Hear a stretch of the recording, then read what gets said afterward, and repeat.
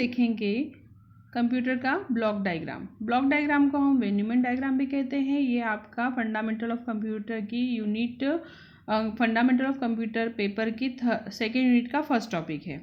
ये बाकी जितनी भी कॉम्पिटिटिव एग्ज़ाम है उसके लिए महत्वपूर्ण टॉपिक है। ब्लॉक डायग्राम के नाम से भी पूछ सकते हैं या बोल सकते हैं कि वेन न्यूमैन डायग्राम किसे कहा जाता है। ठीक है, कंप्यूटर के जो भाग है ब्लॉक डायग्राम के वो बेसिकली 3 भाग है जिसको हम डिटेल में आगे देखते हैं। ठीक है, इसके भाग क्या क्या है? एक तो इनपुट डिवाइस इसके अंतर्गत आएगी, आउटपुट डिवाइस आ जाएगी और सेंट्रल प्रोसेसिंग यूनिट आती है। सेंट्रल प्रोसेसिंग यूनिट के अंदर आपका स्टोरेज यूनिट है, आपका ALU है और आपका CU है। ये आपका डायग्राम है। जब हम कंप्यूटर देखते हैं तो कंप्यूटर में जो मुख्य चीज़ें होती हैं वो सब क्या कहलाएंगे? आपके ब्लॉक डायग्राम। ठीक है, जिसमें इनपुट है। इनपुट अगर हमारे कंप्यूटर में देने के लिए नहीं हो कोई डिवाइस तो हम उस पर कुछ काम ही नहीं कर पाएंगे, उसको देख नहीं पाएंगे अगर आउटपुट डिवाइस नहीं हो। और सेंट्रल प्रोसेसिंग यूनिट क्या करती है? उस पर सारा ऑपरेशन परफॉर्म करती है। जो भी मैंने इनपुट दिया है उसके अनुसार वो प्रोसेस करेगी और उसके अकॉर्डिंग हमें क्या मिलेगा? आउटपुट मिलेगा। इनपुट डिवाइस में क्या क्या आता है? आपका कीबोर्ड है, माउस है, आपका स्पीकर है, कैमरा है, वो सब किसके अंतर्गत आएगा? आपका इनपुट डिवाइस के अंदर है। तो यहाँ से हम इनपुट देते हैं, इनपुट किसके पास जाता है? सेंट्रल प्रोसेसिंग यूनिट के पास में जाता है और वहाँ से ऑपरेशन परफॉर्म करके हमें आउटपुट कहाँ देता है? आउटपुट डिवाइस के पास। ठीक है, आपका आउटपुट में मॉनिटर और प्रिंटर जनरली आता है, प्लॉटर है, इसके आपका प्लॉटर है। ये सब किसके अंतर्गत आएगा? आउटपुट डिवाइस के अंतर्गत। और सेंट्रल प्रोसेसिंग यूनिट के अंतर्गत क्या आता है? CU आता है जो कंट्रोलिंग का काम करेगा। जितने भी मैथमेटिकल ऑपरेशन परफॉर्म होते हैं वो सब अरिथमेटिकल लॉजिकल यूनिट के पास होते हैं। मेन मेमोरी जो कि हमारी रैम कहलाती है, जिसके ऊपर जितने भी ऑपरेशन होते हैं वो सब शो कहाँ पर होते हैं? आपके रैम के ऊपर। अभी आप वीडियो देख रहे हो तो ये वीडियो भी कहाँ पर शो हो रहा है? आपको रैम पे। ऑक्सिलरी मेमोरी या इसको सेकेंडरी मेमोरी भी कहा जाता है या इसको मास मेमोरी भी कहते हैं। आपका पेन ड्राइव, हार्ड डिस्क, ये सब किसके अंतर्गत आएगा? सेकेंडरी मेमोरी या ऑक्सिलरी मेमोरी के अंतर्गत आएगा। अब हम जितने भी हमने भाग देखे हैं ब्लॉक डायग्राम के 3 भाग है, तीनों भाग को हम डिटेल में पढ़ते हैं।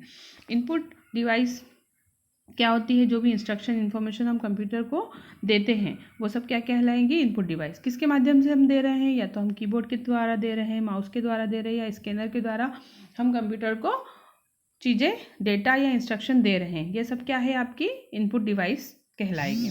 ठीक है, डेटा आपका बाइनरी के रूप में जाता है और उसको प्रोसेस करके वो कंप्यूटर किस पे पहुंचा देता है? आउटपुट के पास पहुंचा देता है।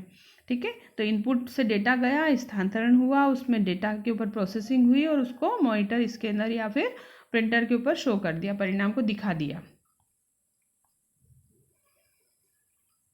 इनपुट डिवाइस कौन कौन सी है? कीबोर्ड होता है, माउस होता है, माइक होता है, स्कैनर होता है, सेंसर होता है। ठीक है, आप जहाँ पर कहीं पर थंब लगा रहे हो, कहीं पर कुछ प्रेस कर रहे हो और कुछ वर्क हो रहा है, हम यहाँ टच कर रहे हैं माउस के ऊपर, ये मैंने टच किया और कुछ ऑपरेशन परफॉर्म हुआ, ये सब क्या कहला रहा है? आपका इनपुट कहला रहा है। आउटपुट डिवाइसेस ऐसे डिवाइसेस जो कि क्या कर रहे हैं? जो भी हमने डेटा कंप्यूटर में दिया है उस डेटा को हम देखना चाह रहे हैं या उस डेटा के ऊपर हम क्या करना चाह रहे हैं? कुछ ऑपरेशन परफॉर्म करके शो करना चाह रहे हैं। वो सब किसके अंतर्गत आएगा? आउटपुट डिवाइस के अंतर्गत। ठीक है, हार्ड कॉपी निकाल ली अगर मैंने, है ना, ऑडियो वीडियो को देखा तो वो देखने का काम हम कहाँ कर रहे हैं? मॉनिटर के ऊपर। तो मॉनिटर क्या हो गया? मेरा एक आउटपुट डिवाइस हो गया। आपका पोस्ट कार्ड है, ठीक है, या मैंने स्पीकर पे कोई गाना सुना, तो ये सब क्या क्या कहलाएंगे? आपके आउटपुट। आउटपुट डिवाइस बेसिकली 4 श्रेणियों में होती है। या तो दृश्य हो सकती है ना, डेटा प्रिंटर, डेटा का हो सकता है, प्रिंटेड हो सकता है या फिर ध्वनि के रूप में हो सकता है। ये विशेष रूप से कार्य करता है। जैसे मॉनिटर है आपका, है ना, प्रिंटर है, ग्राफ आउटपुट, प्लॉटर। प्लॉटर क्या होता है? प्रिंटर का एक बड़ा भाग होता है। जो आप होर्डिंग्स वगैरह देखते हो ना, वो सब किस पे प्रिंट होती है? आपकी प्लॉटर के ऊपर। आउटपुट डिवाइस के उदाहरण क्या क्या हो जाएंगे? मॉनिटर हो जाएगा, प्रिंटर हो जाएगा, हेडफोन है आपका, है ना, कंप्यूटर, स्पीकर है और आपका प्रोजेक्टर। ये सब किसके उदाहरण हैं? आपके आउटपुट डिवाइस के। तीसरा भाग है central processing unit. Central processing unit में क्या आता है? आपका ALU, CU आता है, ठीक है, और मेमोरी आती है। सेंट्रल प्रोसेसिंग आपके कंप्यूटर का मुख्य भाग होता है। अगर ये वर्क नहीं करेगा, ये काम करना बंद कर दे, किसी कारण से ख़राब हो जाए, तो तुम्हारा कंप्यूटर क्या हो जाएगा, बिल्कुल ख़राब हो जाएगा, उसमें कोई भी काम नहीं होगा।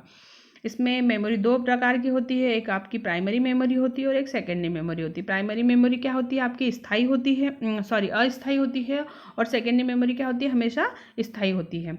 अगर मैं अभी वीडियो देख रही हूँ इसके ऊपर अपने मोबाइल पे या सिस्टम पे देख रही हूँ, तो ये मेरा क्या है, अस्थायी मेमोरी में आ रहा है, प्राइमरी मेमोरी में दिख रहा है।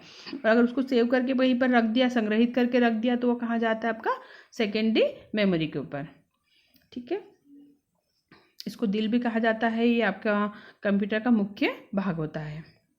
आज हमने देखा कि कंप्यूटर के ब्लॉक डायग्राम क्या होते हैं। ब्लॉक डायग्राम के बेसिक 3 भाग होते हैं, इनपुट, आउटपुट और आपका सेंट्रल प्रोसेसिंग यूनिट, ठीक है। कल अगले लेक्चर में हम देखेंगे कि आपका मेमोरी के प्रकार कितने होते हैं और कितनी कितनी मेमोरी स्टोर होती है, उसकी यूनिट्स के बारे में हम डिटेल में अगले लेक्चर में पढ़ेंगे। Good bye.